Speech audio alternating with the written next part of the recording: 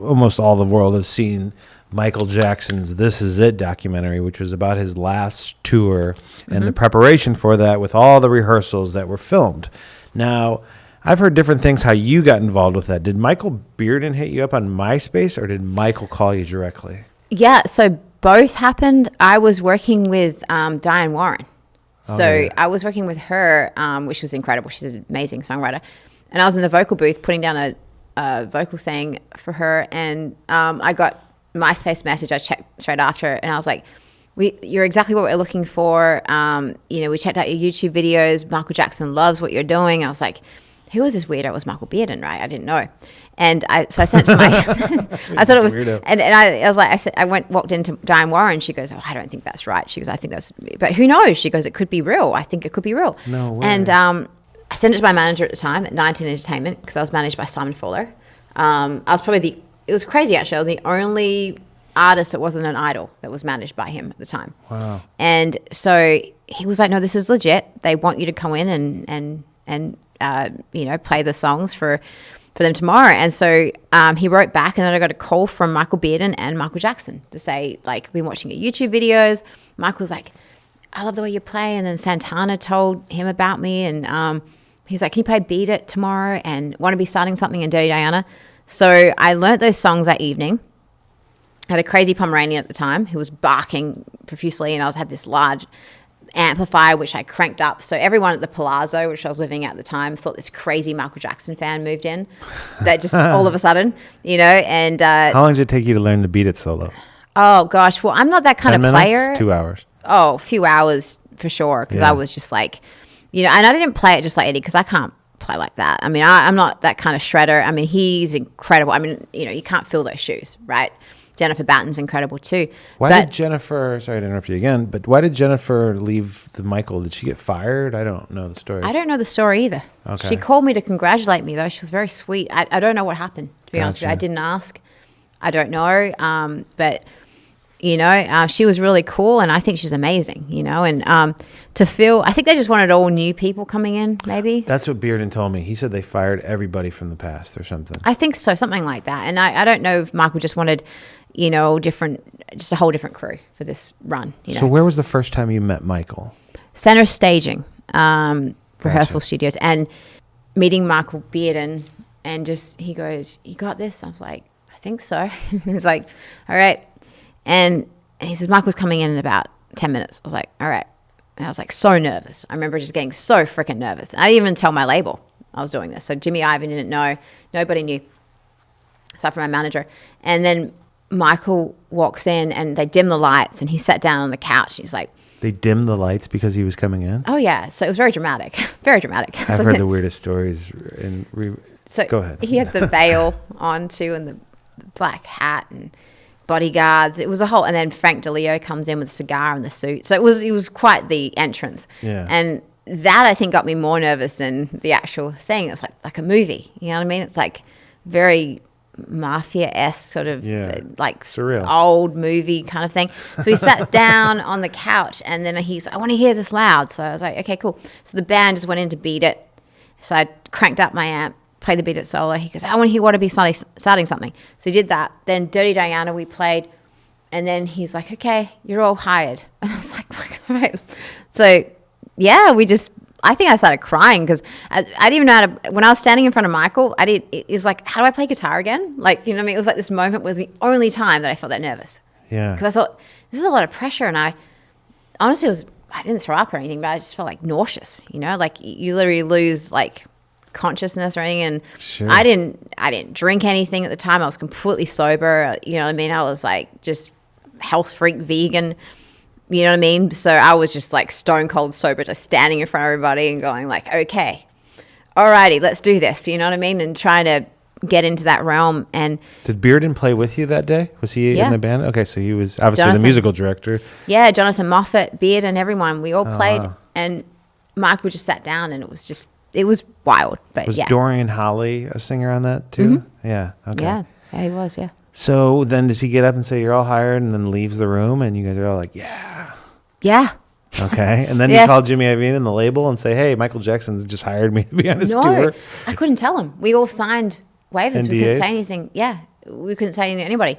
So my friends, no one knew what I was doing, but I would just mysteriously disappear and not see them for like months. Wow, because nobody could know about this tour. No, they said, "What are you doing, Ari?" Like, it's very weird. I said, I'm just working. Things are really busy these days. And I'd get home and they'd be like, "Where were you?" I'm like, in the studio. Who'd you work with? I was like, some songwriter. I don't know. And meanwhile, I'm standing in front of like Michael playing Thriller or, Jesus. Beat It. And I couldn't tell anybody except my family. Well, who made your deal for you? Your agent? He had to know, right? My manager. Okay, your manager penned it up for you. Yeah, and my lawyer. Were you with Simon then? My lawyer at the time, yeah. Okay. Lawyer. So, but it was all kind of pretty just, and then Kenny Ortega, I remember, he's the one that told everybody because he walked into Jimmy Iovine's office and told Jimmy, "Oh, we have your girl working with us." And Jimmy's like, no. "Who?" And he's like, "Oh, he's playing guitar." So I get this text message. It was actually a nice one. "Oh my gosh, that's amazing. We didn't, but you didn't tell us." I was like, "I couldn't because, we signed all these forms and stuff." So, yeah. But yeah, it was very cool. So then where did you guys rehearse at? Staples Center? Yeah, in the Forum. And the Forum. So he would rent whoever the production company was would rent these places out. AEG, yeah. Jesus, that had to be like $500,000 a day with all those employees. I mean, it was a gigantic setup. We had crystals being put on things every day. Swarovski was, part of the show. And we had giant spiders to giant everything, spaceships, CGI screens to anything you could imagine. I had a rocket coming out of my guitar neck. So it had lasers coming out of my guitar, but I couldn't point the laser, It was like crazy. The whole thing. I had everybody was pretty surreal every day. We didn't know what was going to happen. So how much one-on-one time did you spend with Michael? Did you like go to Burger King with him or something? No. You know what I mean? No Burger King visits, but we did get to hang out a few times. Just you and him? Yeah, a couple of times. And he was very cool. Like I was worried as to how he would be because you hear all these different stories, and it's Michael Jackson, one of the biggest stars in the world. So I didn't want to offend him. I didn't know what was right, because he had just got done with the charges against him. He had been cleared, and then a lot of charges, yeah. But he was so sweet and honestly pretty shy. He was all about the music, and it was really crazy to me too how he knew every part of every song.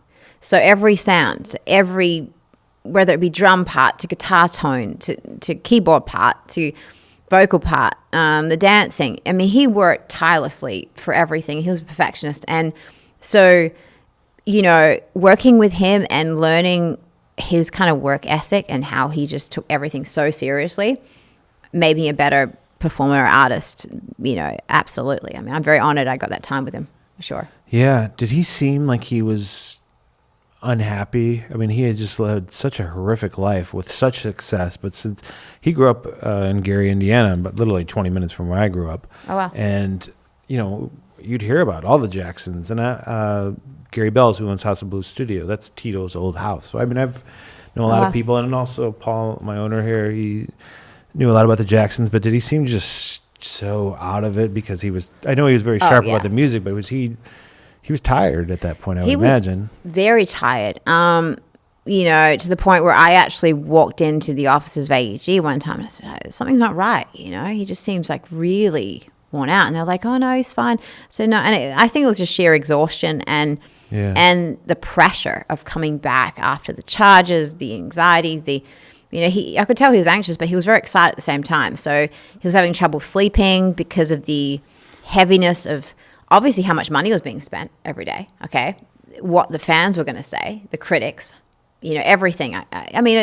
As an artist, we're paranoid as is, about everything. And then you're the biggest pop star in the world coming back, right? Putting these massive shows together and wanting it to be something, perfect. So the pressure that he must have been under would have been exorbitant. And so I can imagine why he honestly had trouble going to bed every night. Yeah. Honestly. And I know I can, to a certain extent, with all the craziness that went on too and the allegations and all that, a lot of crap. That's he was probably carrying traumatizing. So yeah. Whether he's guilty, not guilty of anything, it's like he was literally destroyed his whole life in the press. They would just go. Oh, they ripped him apart. Yeah. It wasn't fair. About his skin, about his voice, about women, he wrote that song, "Just Leave Me Alone." Oh yeah, and I mean, on the flip side, he didn't want to be left alone with the shows and the way he put himself out there. But then, with the way he lived his everyday life, he just wanted to be his eccentric self and just he didn't want cameras following him. And I could just tell that, like, it was shut off time, then it was performance time. You know, he was all show when it came to when he wanted the cameras to follow him when he went shopping. He was on show, right? But we didn't want them there. Then he was a very shy, private person, you know, who was very serious about the art of what he was doing. So, yeah. Where and when did you get the call that he had passed away? And you were obviously, you guys were making the film, preparing, audition, rehearsing. Did you get a call at home one morning and said, don't come in today? Morning of, I got ready. I was checking my emails. I remember my sister was with me, I think so, I'm not sure. But I was getting ready to go down to the Staples Center for our final dress rehearsal.